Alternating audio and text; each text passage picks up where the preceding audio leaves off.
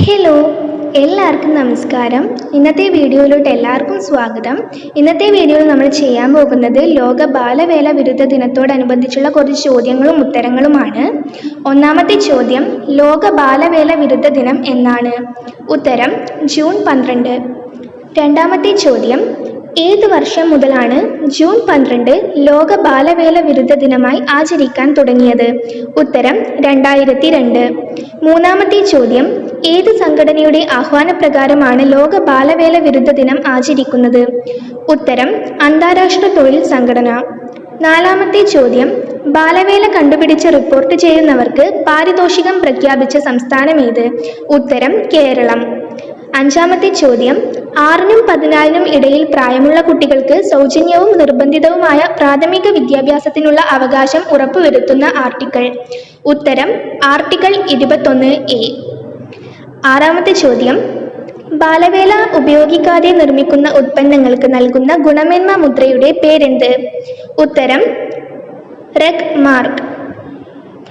ഏഴാമത്തെ ചോദ്യം, reg mark എന്ന ആശയത്തിന്റെ ഉപജ്ഞാതാവ്? ഉത്തരം കൈലാഷ് സത്യാർത്ഥി.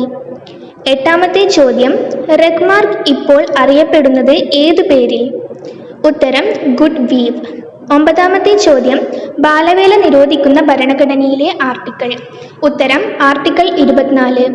പത്താമത്തെ ചോദ്യം, കുട്ടികളുടെ അവകാശങ്ങൾക്കും വിദ്യാഭ്യാസത്തിനും വേണ്ടിയുള്ള പ്രവർത്തനങ്ങൾക്ക് 2014 സമാധാനത്തിനുള്ള നൊബേൽ പുരസ്കാരം ലഭിച്ച ഇന്ത്യൻ വംശജൻ ആര്? ഉത്തരം കൈലാഷ് സത്യാർത്ഥി. 11ാമത്തെ ചോദ്യം, 2024 ബാലവേല വിരുദ്ധ ദിന സന്ദേശം എന്താണ്? ഉത്തരം നമുക്ക് നമ്മുടെ പ്രതിബദ്ധതകളിൽ പ്രവർത്തിക്കാം, ബാലവേല അവസാനിപ്പിക്കുക. 12 കേരളത്തെ ബാലവേല വിമുക്ത സംസ്ഥാനമായി പ്രഖ്യാപിച്ച വർഷം? ഉത്തരം 2012.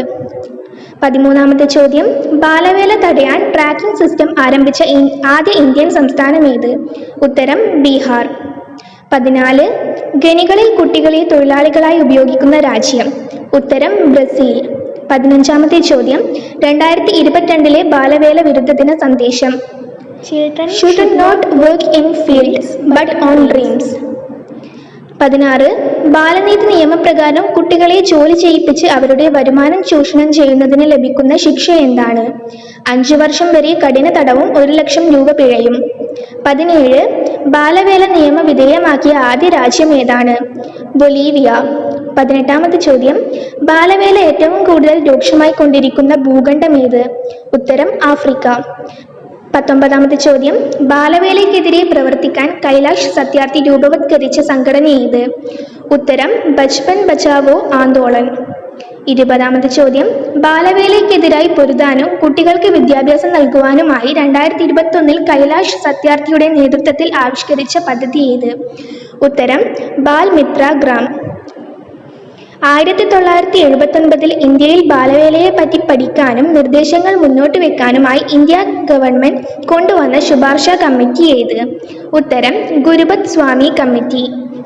എല്ലാവർക്കും ഇതുവരെ കണ്ടതിന് നന്ദി. അടുത്തൊരു വീഡിയോ ആയിട്ട് വീണ്ടും കാണാം.